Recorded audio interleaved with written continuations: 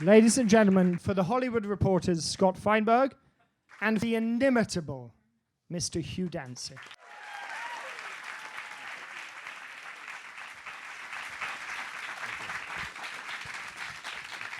Hello. Just on behalf of all of us and all of BAFTA and the Hollywood Reporter, thank you very much for doing this. We're really thrilled to have you and to have this opportunity to sort of go back through all the highlights, going back to the very beginning. And so let's go back to the very beginning first. Where were you born and raised? Wow. I was born in Stoke-on-Trent in the Midlands. Was that a woohoo? I doubt it. In the UK, which is an area they call the Potteries. It's where all the old British pottery companies were based before they all moved abroad.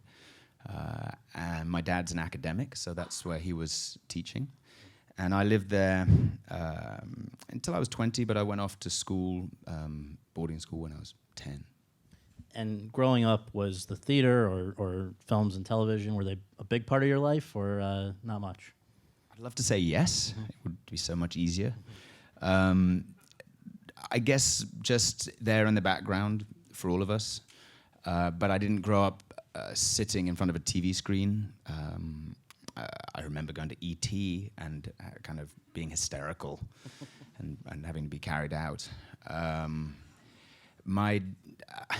think this is probably a bit retrospective, but my dad was also a musician, is also a musician, and would play, was a good amateur double bass player, stand-up bass player, and he would play in a lot of local orchestras and musicals, and I would go to the rehearsals, and I would, that was my only exposure. If I was going to sit down and kind of deceitfully write my memoirs, I'd say that's when it got me. But it's not true. That happened later. And kind of sounds to me from what I've read that the moment where it did first happen, you were off at boarding school, right? Yeah, I was 13. I was at school. I have no relatives that are actors. I do now. I didn't then. And I hadn't really considered it as an option in my life. And I was getting the short version of the story. I was getting into trouble. I was sent as a kind of punishment to the school theatre to keep me busy, and so they could keep an eye on me. And I loved it. I hung around long enough that somebody ordered me to be in a play, and I've always been obedient. And I just said yes.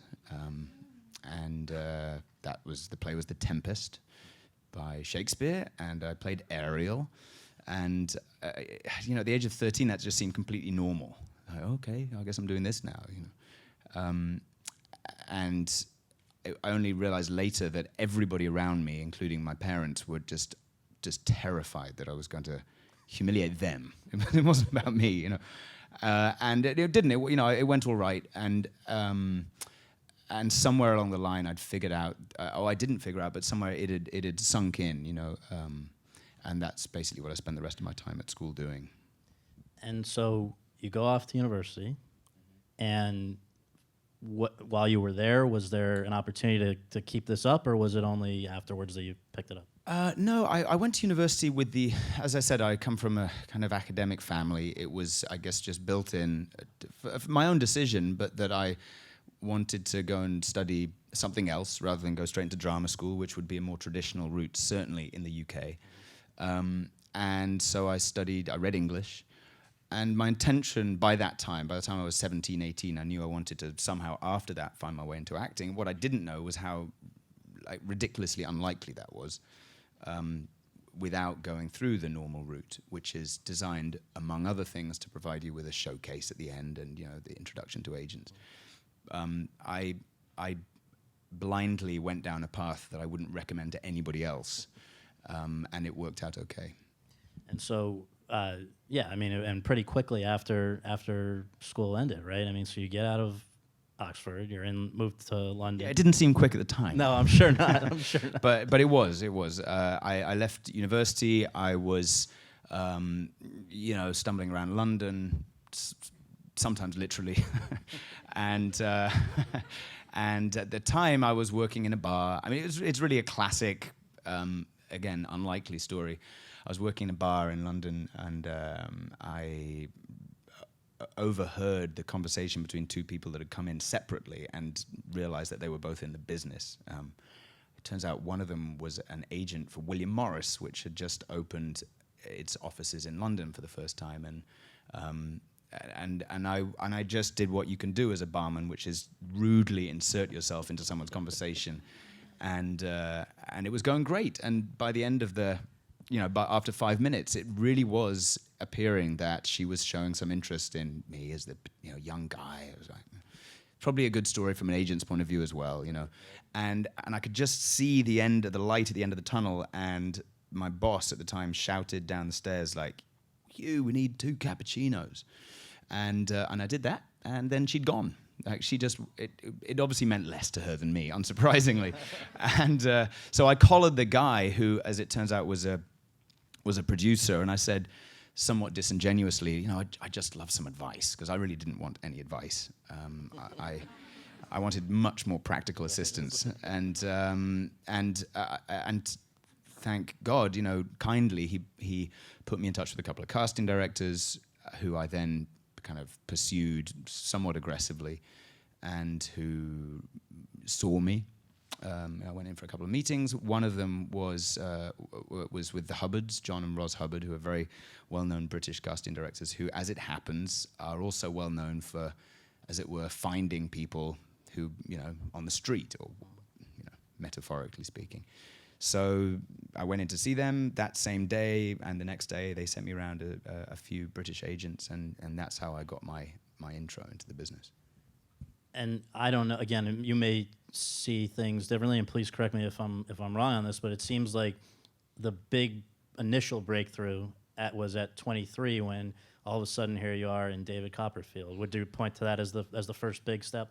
Yeah, I kind of got my, that was my first lead role, and it was classically for a British actor in a costume drama, an adaptation of the Dickens novel, and I really did, of course, meet people that thought I was working with a magician.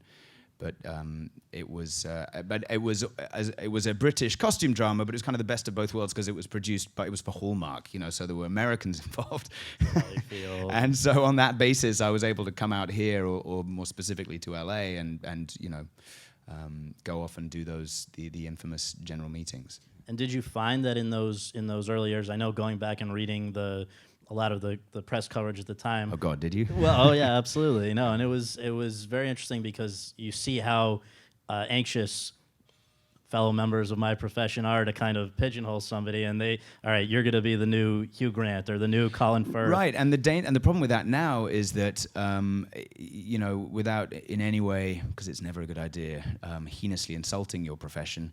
Those interviews, of course, enter. You just type in Google. So as a journalist, you type in Hugh Dancy Google, and then they're like, "Oh, that's a good question." so it kind of proliferates in that way. Yeah, I guess I spent a little while being baffled by that. And it seems like with a lot of the choices that you made, I mean, I don't know if you would have been inclined to pick those kinds of roles had you not heard that, but you really didn't do too many of those. Oh right, yeah. No, I wasn't running away from. Oh God. Don't call me Colin Firth. I can't bear it. That's okay, really. I've been called a lot worse things. No, really, I have. But it wasn't some fear of being pigeonholed. Honestly, I don't think I understood enough to recognize the danger of being pigeonholed, which I guess is, well, I don't guess, I know it's real. I think through a combination of coincidence, circumstance, and pursuing my own interests, I ended up kind of veering away from that. And perhaps the first time you veered away from it, you went a long way from it with shaved head as a medic in Ridley Scott's Black Hawk Down. Yes, although every young actor was in that movie. I don't know if you saw in that clip, like Tom Hardy was there in the background. It's like every.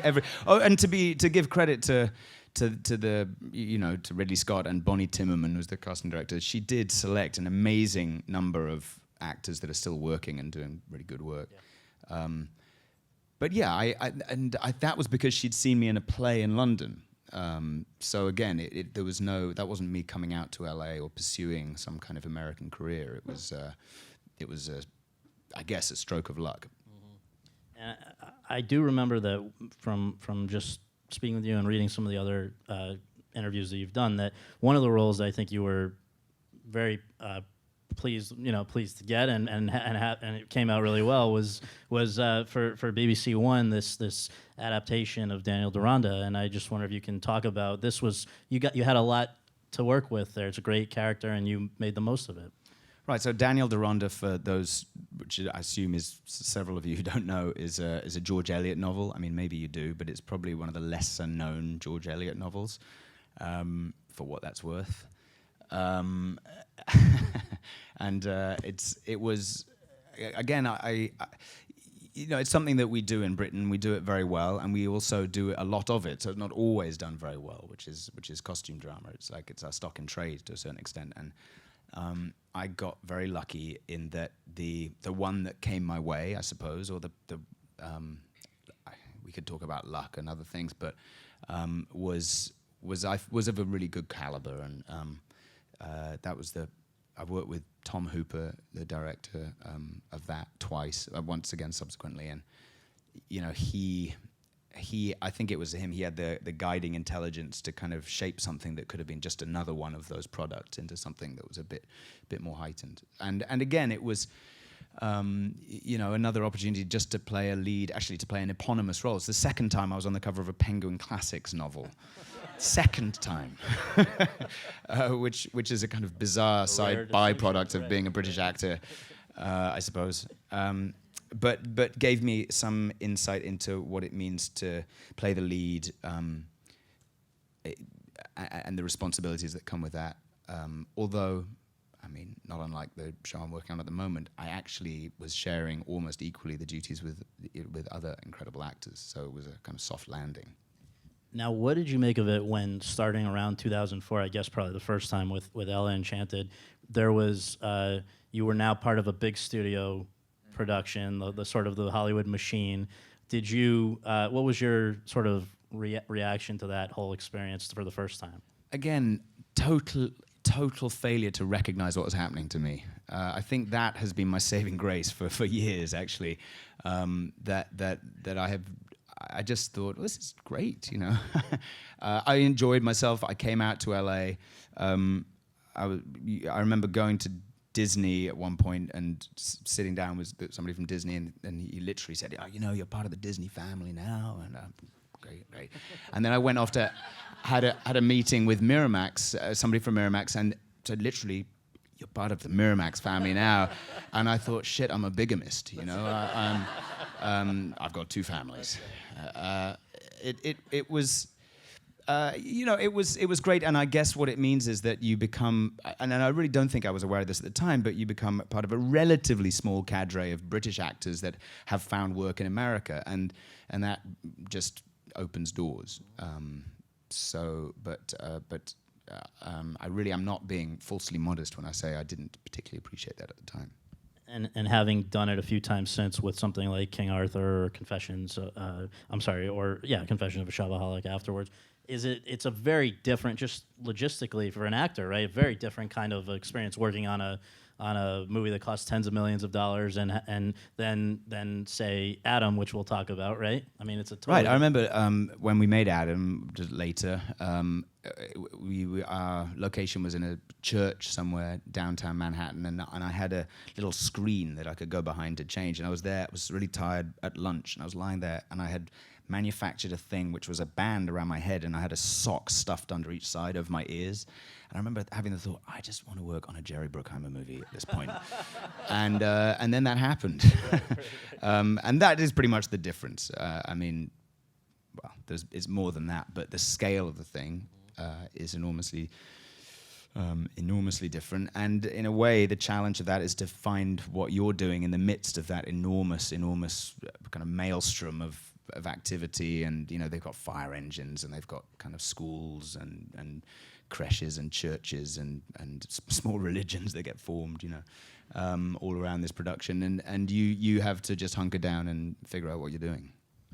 You mentioned that there was a second time you worked with Tom Hooper, and that was with Elizabeth I. And I just wonder if you can, to work with Helen Mirren and all of these top top of the line, sort of basically royalty of British acting, and on a series that was also very well received. And Tom obviously has since gone on to be more appreciated than maybe he was at the time. But what do you remember of that experience? I remember realizing that there are some actors. I mean, I was very appreciative of what Helen was doing and of who she is. And I had that odd experience that you have occasionally when you watch the thing afterwards and you think, oh, God, that's what she was doing. Oh, I see, I get it now. Which is really remarkable. She was doing something, she just had an enormous responsibility on her shoulders. And I mean, she's always vivacious and owns the room that she's in, but she was operating on a different level to everybody around her. So that's one memory. The other one is that we filmed inside a Soviet-era basketball stadium in Lithuania. They're not connected, the two memories. It was. I got to play. I played the Earl of Essex, who was this kind of essentially lunatic aristocrat who kind of fell in love with Queen Elizabeth and maybe had syphilis and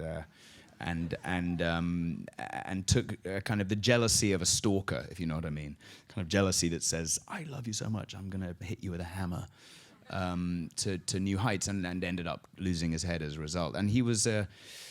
I mean, this is a kind of wildly overused phrase, but he was a kind of rock star of his age, and that was a lot of fun. Another of your just best received performances, I think, was certainly in Beyond the Gates as this idealistic teacher who gets caught up in an unbelievable situation and based on a true story. And I just wonder, in light of the character that you were portraying, and I'll let you set it up if you'd like, but just is there a great? I guess people often say when playing a person who really lived, there's maybe a greater sense of responsibility. But in light of the circumstances around this person's life, was that even greater than usual? Right. So the background to this is that the movie it was called Beyond the Gates. In England, it was called Shooting Dogs, and it was set just before and at the very beginning of the Rwandan genocide. And we went out to Rwanda. We filmed in Kigali, in the capital city, in the school in the center of the city where the events of the movie took place, which, in a nutshell, were that there was a UN battalion billeted in the school. When the killing started, a lot of Tutsis, moderate Hutus, people who were at risk, fled there because they felt they would have the support of the Belgian troops that were there. And shortly thereafter, all the Europeans left, including finally the UN troops, and these people who'd sought sanctuary had essentially rounded themselves up, and they were all slaughtered. Was there a sense of responsibility that comes with that? Absolutely. I was playing a character who was a composite. I suppose he was the conduit for the audience watching these events that took place, and ultimately playing a character who chose to get out and save his own skin. What I a lot of on that movie, I often heard people say, well, this is a really important story. And fortunately, I realized early on that just because you're telling a quote unquote important story does not get you off the hook of having to tell it well. There's a slight sense of like, hey, we're golden. People are going to really care about this, and they don't. You obviously have to employ all the normal tools of storytelling. What I remember I remember many things from that, but was John Hurt was the other European character, playing a Catholic priest who ran the school that I was teaching in. And I remember talking to him once and I guess asking him about his favorite roles, and he said, that as the ones that you love and that you hold dear are often the ones that nobody else has heard of and haven't seen, and that has become true of Shooting Dogs. It's not a big movie by any standard, really, but was an incredible experience to have, and also an incredible movie, I think, directed by Michael Caton Jones, who has a an illustrious and kind of very broad career. He's made huge action movies. He's made brilliant smaller films. I mean, to to illustrate that, I went straight back to England and did a couple of days on his next movie, which was Basic Instinct 2. So, you know, we there was a kind of almost romantic, like, journeyman quality to that. Like, yeah, like 4 weeks ago I was in Rwanda, and now I don't know where I am, frankly. But it was a great, completely contained experience with a very, very with a story that had the shape of a horror movie. And I don't mean to say that flippantly. I mean that it was involved real horror, and the reason it was successful is that the structure of the piece keeps that on the outskirts of the environment that the school, but also the outskirts of the storytelling, and it's as a result, it's quite devastating. So yeah, a very personal favorite. I want to spend the next 2 or 3 questions on 2007, which was personally and professionally a pretty crazy year for you. And I think in early 2007, maybe the first of these things that I want to ask you about, you were on Broadway, which I think for, that's for a lot of people, I think, in the acting community, that's sort of as good as it gets. Was that your sense with Journey's End when you to get the chance to do that? Right. So a bit of context for that. I was able to kind of leapfrog on top of a production in England, which had been really successful in the most unlikely way. Had run for, I think, a couple of years. A First World War play called Journey's End, and this production had struck a chord enough that it was transferred to Broadway, and I just kind of jumped into the middle of it. You know, I didn't have to do all the work to get there. It was a great experience. I was acting with, I think, 10 other actors, all American, all playing British soldiers in the trenches, which taught me that anytime anybody says, "Oh, all these British actors do great American accents and it doesn't work the other way around," well, I can tell you from personal experience that's not true. They were brilliant, and that had me in New York for 5 months, and I haven't really left. And we'll get in a moment to the next for the more explanation of that. But first, with another big movie that I thought was terrific, and maybe one of the first times that I had seen your work in a theater was Jane Austen Book Club, which I thought I know that has to this day and probably forever a real cult following beyond people who saw it when it was initially released, and a really terrific cast and a big ensemble cast. And I just wonder, in what sort of stands out to you the most about that one? Well, I was playing a character. I was in a pretty happy spot in my life at the time, and I was playing a character called Grig, who is a kind of a self-identifying nerd in a way. And I remember not long after that, I was at a friend's wedding, and the sister of the bride made a speech about her, and she said, I learned from my sister that really the definition of nerd is just another word for enthusiast.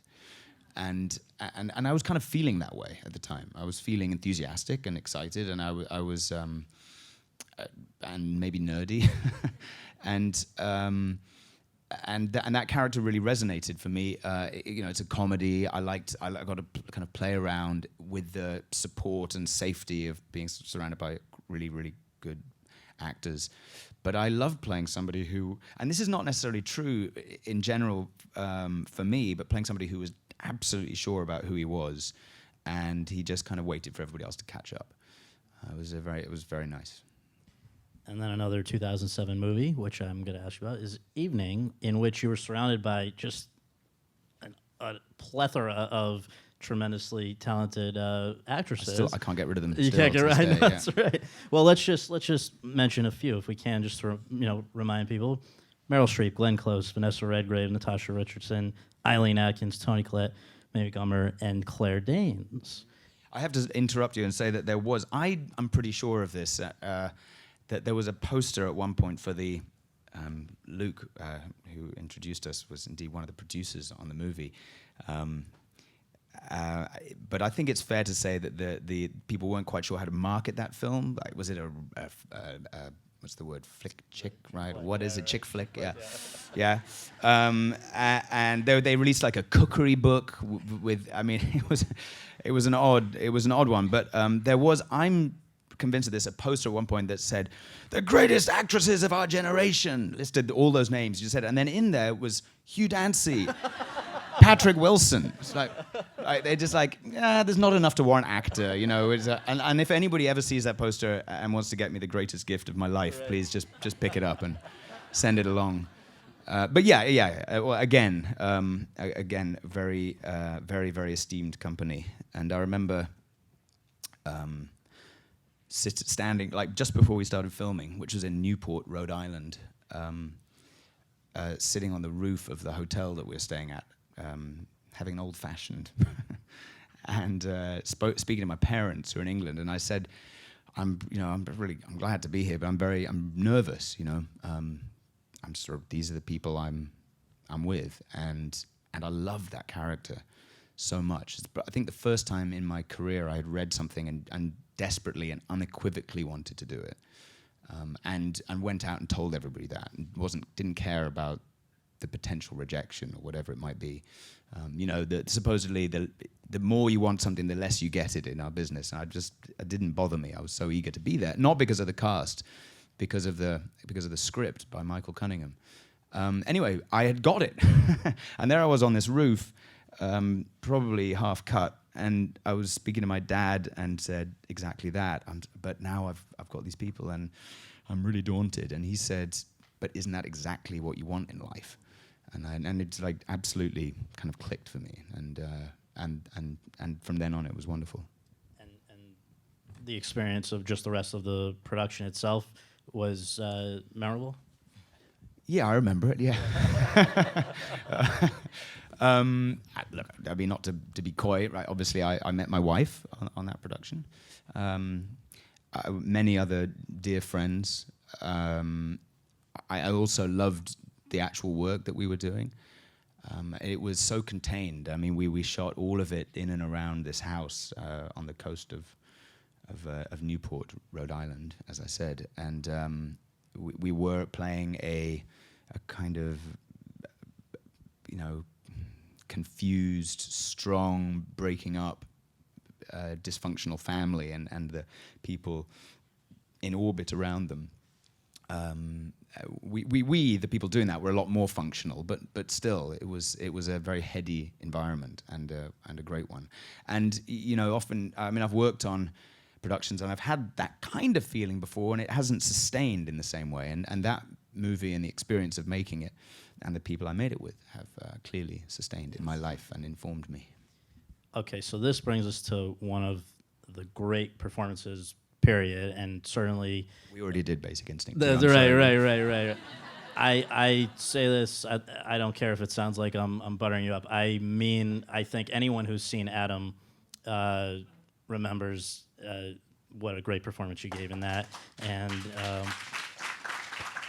And just to sort of set the context before we talk about it, this was like 22 days you had to make this movie, very little budget, and probably the acting equivalent of getting into a fight with your hands tied behind your back because of the inherent nature of the challenge before you, which I hope you can describe a little bit. I suppose that's true, except that you're bound to lose that fight, right?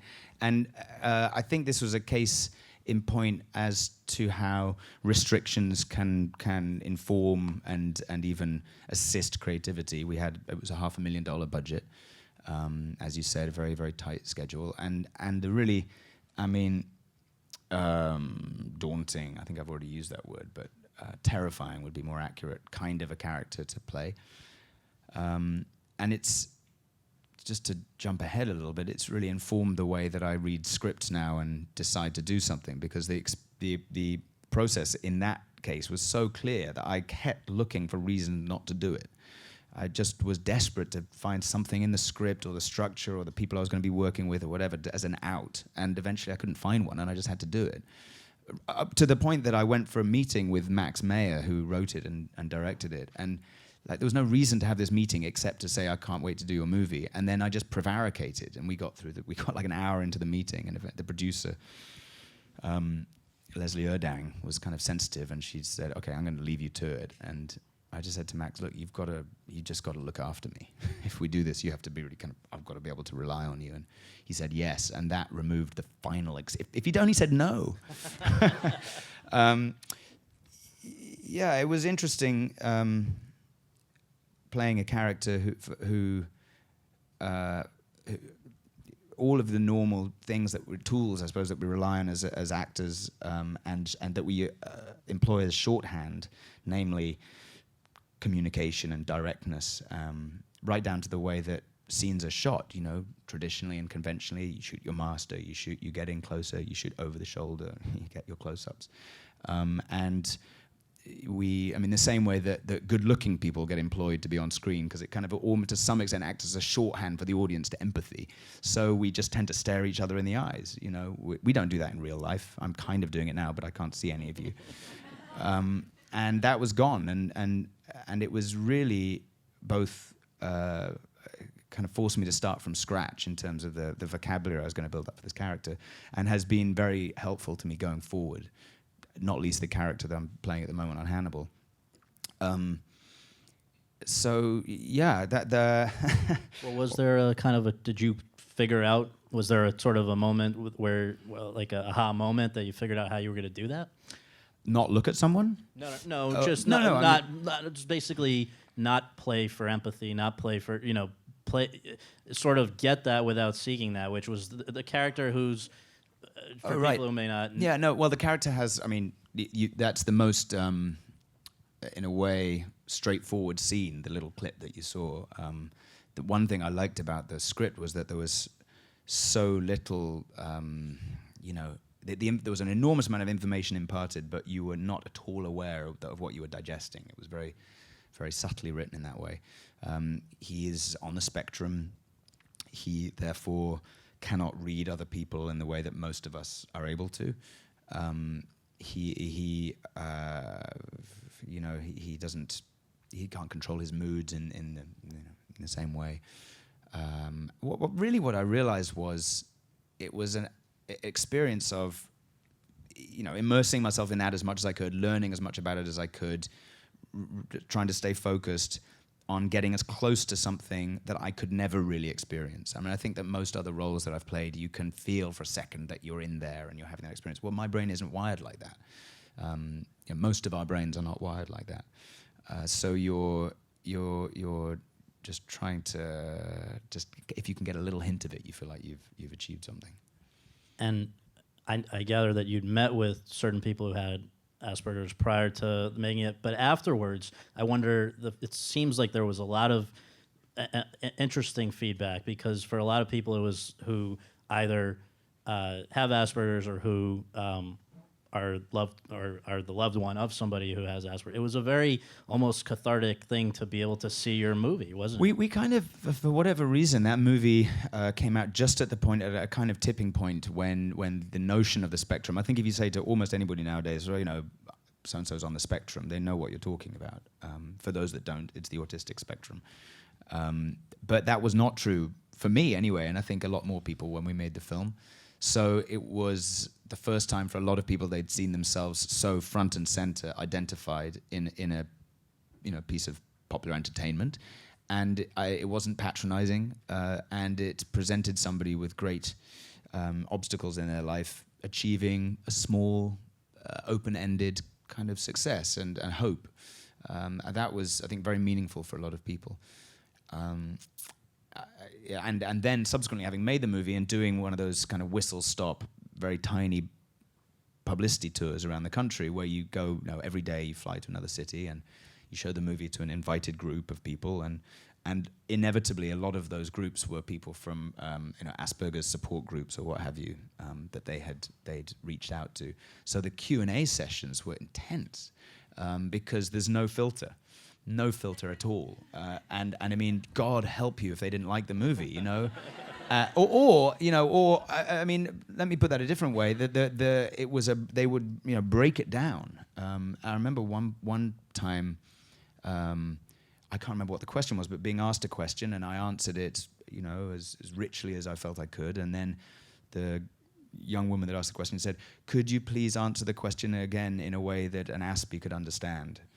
And I thought, I mean, I was terrified because, you know, that was like, okay, here's your quiz. Like, you did the research, now take the quiz, you know. And I mean, I think I did all right, but that was as rewarding an experience as making the film, for sure. Because that's a good example of course, I didn't know what the outcome was going to be there. I think by rights it should not have been as successful as I think it was. Absolutely. I think very soon after that, you followed that by going back to Broadway with Venus and Fur, and I know that was really very well received by critics, which I don't know. I'm actually kind of part of this question can be: do you read critics? Do you care what critics have to say, or do you just kind of ignore it? Well, the reason you don't read them, if you don't, is because you care what they have to say. Okay. And I don't know anybody that can say truthfully, I don't read them because I just don't give a shit. Yeah. You know, it lodges itself in you. Somebody, you know, somebody's statement about what you're doing, good or bad, or worst, indifferent. So I learnt, specifically with regards to the theatre, that it is absolutely best. You've got that 1 week, like Hell Week, when they all come and then they write their assessments. And if you can just steer clear during that week, you're good. Because, you know, unlike a movie, TV is closer. You've got to go back and do that thing again the next day and the next day and the next day. So it's been my experience that a good review can knock you off kilter almost to the same degree as a bad review. Mm-hmm. Yeah, I'm not perfect in that regard. I mean, there's this thing called the internet, so you know, but you try.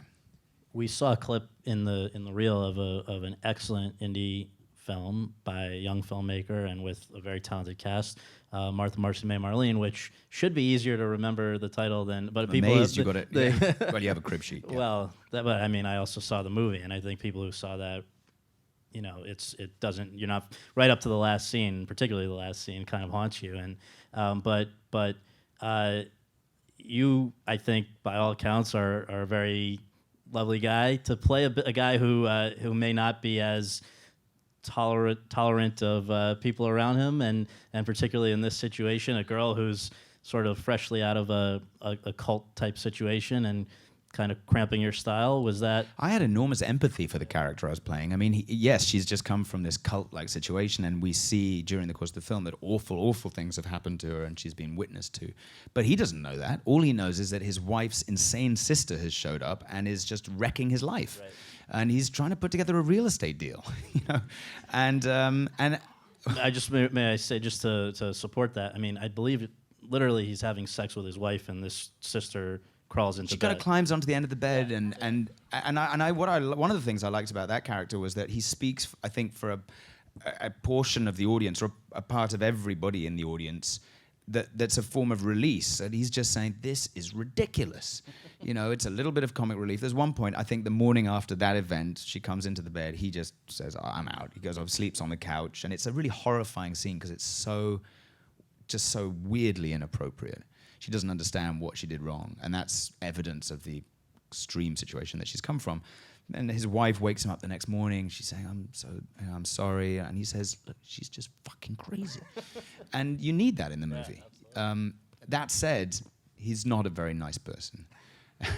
So I was able, you know, I guess I understand that frustration. And that's that scene that at the beginning when he's berating her at the table was written in an open-ended way. Sean Durkin, who wrote the movie and directed it, had kind of written it up to a certain point and said, and I don't take credit for this at almost any other point in that film or any other, but he said, look, you know, see where you want to go with that. So I guess I just tried to tap into whatever was the most self-righteous, furious, kind of tightly held and repressed anger I could achieve. And turns out this was almost endless, and let rip.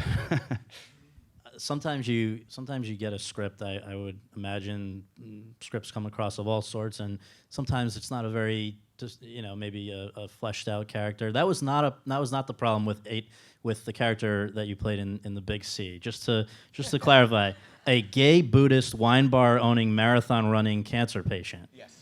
If you can we find any more? Can we add a little more? Yeah, right. I spoke to a friend of mine in London who's a director, and I was telling her this. I signed on for this job, and I mean, this could go terribly wrong. And I gave her that list, and she said, "Well, somebody out there has a healthy respect for your range."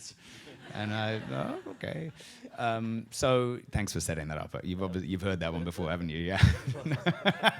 So I went into it in that spirit, and it was, I mean, as you saw, Laura Linney, Oliver Platt, and many other really actors that you want to be working with. So yeah, it could have gone terribly, terribly wrong.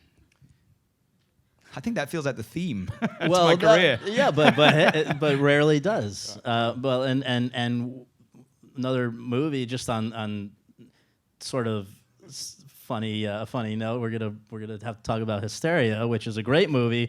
Yep, but that you makes that list as well. And for people who may have met, it was a great tiny indie. Hugh, Maggie Gyllenhaal, and a period piece of an unusual variety, I would say. Yes.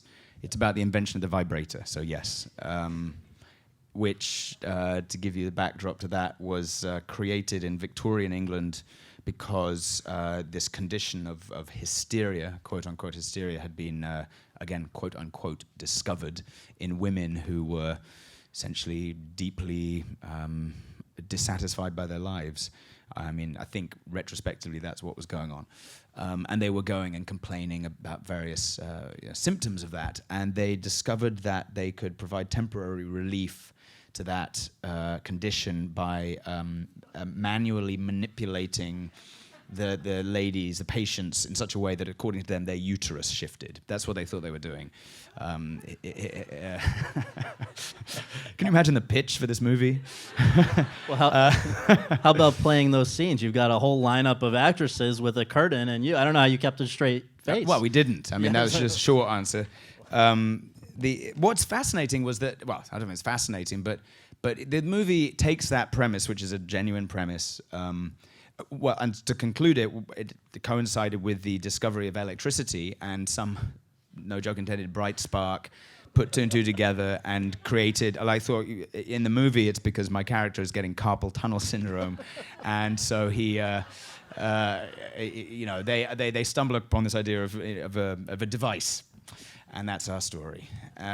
And the funniest thing in that movie was the truth, which was that these Victorian doctors were doing these insane things to Victorian ladies, and none of them knew what was going on. And they all thought it was absolutely in the interest of science, and they would have been horrified if you told them there was anything sexual about it whatsoever. And then after that, the movie was kind of larded up with a lot of other, it veers between a kind of strange social realism, and Maggie's character is a proto-feminist, and into kind of pure farce. And my job in a way was to reconcile those two ends of that spectrum, and I felt like I did a good enough job. I mean, I'm not trying to be falsely modest. It was at times like a real, it felt like a stretch, but it kind of worked out. I feel so British. It worked out okay. But it was really well done. Now for a few questions, I just want to ask you about, of course, Hannibal, which is I think in terms of a commitment, probably unlike anything you'd maybe done before. It's a TV show. You sign yourself away for 7 years. So yeah, I mean, not that you'll go that long, but that's the possibility. And I wonder, when you, first of all, how did it first kind of come to you? Because I know it did before anybody, and the rest of the cast, and then when you had this sort of thought to, when you had to ponder, am I going to do this? What were the considerations? The considerations were to a great degree practical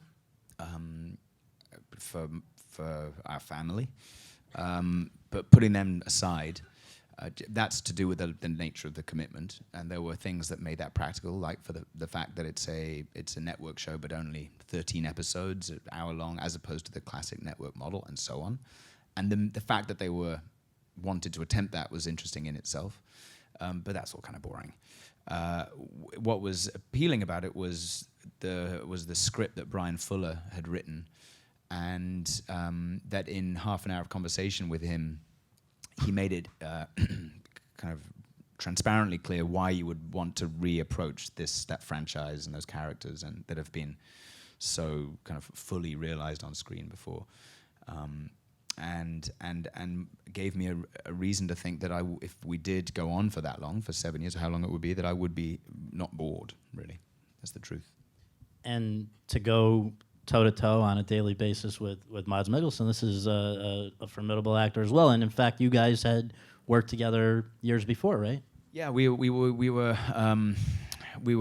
fearsome warriors in ancient Britain in King Arthur, a movie that mainly involved riding around on horseback and killing woads.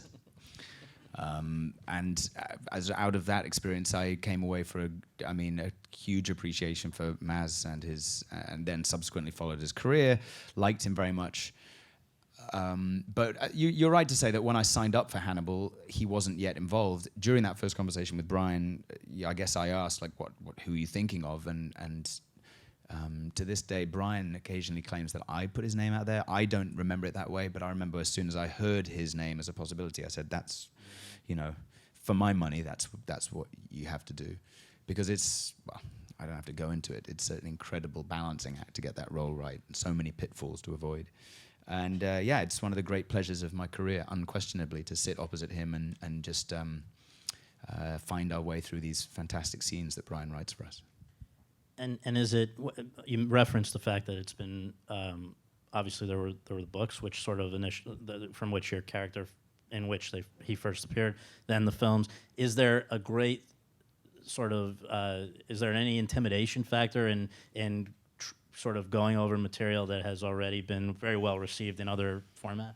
No, not at all, actually.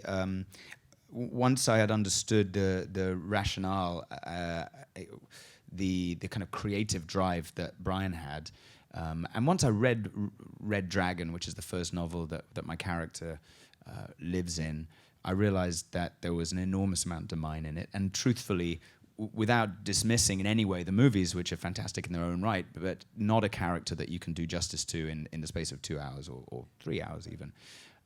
So I felt like very, very early on, pretty much as we went into the second episode of the first season, we got past the lore, LORE of the books, and kind of began to creep into our own universe. And actually, thanks in large part to your performance. I mean, you wouldn't have necessarily thought prior to the series that there was humor in the story of Hannibal and Will and all that. I mean, you really bring it out. So there's in a number of scenes, you just actually. I think they're both really funny. Yeah. I mean, I really do. I think they're both. Hannibal is obviously a comedian, monkey. And Will is also quite funny. It's just, as I've said before, he's just having a really unfunny moment in his life. But yeah, the two characters have to really enjoy each other.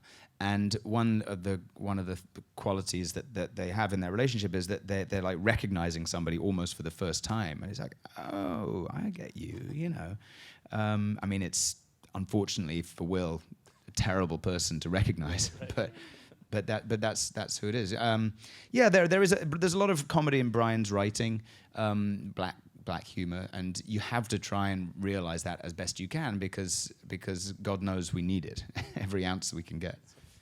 And for you, when you find yourself in a episode or a few episodes confined to a single room, or with even confined to a mask or any of that, how do you work through something like that? That's got to be a uniquely challenging thing. Yeah, to begin with, it seems, oh God, I'm going to be in that prison cell. It's going to be just like in that movie, and I'll wear the mask, and I'm just going to eat that stuff up, and no joke intended.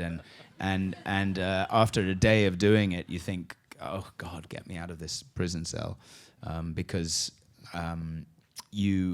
you're confined to one location, so all of your scenes are shot back to back, of course. If they're really pressed for time, they shoot all of your stuff first. They block shoot it, so they'll only turn the camera around when you've done all of your half of each scene. And you rapidly realize that in a 10-foot by 10-foot cell, there's not a lot to do. You run out of acting options. You sit on the. I had a little bed. You can sit on your bed. You can pace at the back of the cell. You can kind of stand in the middle, look up at the light. And then in moments of need, you can go up to the bars. And then you've done 2 scenes and you've done all those things, you know? And that also, I mean, that in a way obviously colors whatever it is that you're trying to express as well. So you begin to feel a little underarmed. And I was wearing a what I call my onesie. It's like just that, you know, you don't even get to choose your jacket at the beginning of the day. So I was glad, I was lucky that Brian Fuller, you know, created his inner life for the character, so that, I mean, anybody who's seen the show knows he goes off into his kind of mind palace, and I go fishing and things. And it's a terrific show that's been well received by general public, by critics, by everybody. I kind of want to close by asking you, are you having fun with it, and are you able to sort of see beyond this to the next thing, or are you just you're gonna and are you able to sort of, I know it's a large time commitment, even you say 13 episodes, but it's a huge amount of your time. Can you still do films and theater or other things while this series is going, or is that going to have to wait till after? No, I mean, it obviously affords you the opportunity to do that or not do that, as the case may be, and it allows you to plan your life, your personal life a little better, albeit with a certain degree of chaos thrown in there. I don't think that I would want to play the same character exclusively for 7 years, particularly since just awful things happen to this guy again and again and again. But no, I'm very happy doing it. I still feel the way I did when I signed on, which was I'm eager to know what's going to happen when we come back next season, which thankfully we are. And beyond that, I have some sense, unformed sense of what Brian's intentions are. So it gives you the it gives you the illusion as an actor that you have a regular job of sorts, because you know where you're going to be, and that's a luxury. Well, it's so fun watching your movies and speaking with you, and on behalf of everybody, really appreciate you making the time for Thank this. you. So Thank you for coming out. So stay in your seats, Sherman. Stay in your seats. Sit. Sit. Sit. We have time for 2 questions. Not 1, but 2, not 3, but 2. There you go. Joel Schumacher, ladies and gentlemen. Hi, Joel. Would you talk about pride? Mm-hmm. You and Ben and And Andrea Riceborough. Yeah. So the Pride was a play that I did off Broadway at the Lucille Lortel Theatre about, I'm going to say, 4 years ago, which was a wonderful play by a British playwright called Alexi K. Campbell, that Joel came to see. Pride, the Pride refers to gay pride. Myself, Ben Whishaw, and Andrea Riceborough played 3. Well, in a sense, we each played 2 characters, but they were divided between 1959, and I think that's right, and 2009. They're not the same people, but what it attempted to paint was a picture of the kind of afterlife that runs through I suppose some gay relationships as a result of what they were living through 50 years ago, the type of repression, the type of the forced secrecy and so on. And it was a solid piece of writing and an incredible theatrical workout, and an actual workout, because I had to rape Ben every night. Not to be flippant, but I mean it was simultaneously uplifting in a way that was earned, because the portrayal of the circumstances of a man, in this case living in 1959, who's entirely, like, way beyond the point of living in the closet, who doesn't even know that he's in the closet, and the self-hatred and dishonesty involved in that was that's the stuff that you want as an actor. I'm glad you mentioned it, because it was a wonderful experience. Well done, Joel Schumacher. Last question. There are cocktails waiting for you outside. Come on, where's the question? Anyone? What cocktails do you have? Yes. We have a fancy dancy. It's Cointreau. So sorry I and- asked. Yeah, exactly. You reproduce so. There we go. Yes, please. Have there been any roles that you turned down that you wish you would have taken? Oh, good question. That's a really good question. I don't think so. I used to console myself sometimes by counting up the money that I hadn't made, if that makes sense. Never got very far, but still. No, I mean, there's certainly been things that, I talked about Evening and really wanting to play that character. And there have been other parts that I felt, and probably not as strongly about as that I really wanted and felt I could have done something good with, and that I didn't get to do. And in fact, with Evening, I auditioned twice because there was another director who then, let's just say that he moved on to other things, and I did that audition with the same burning sense of I've got to play this part, and he didn't want me. The word came back, not quirky enough. Maybe, but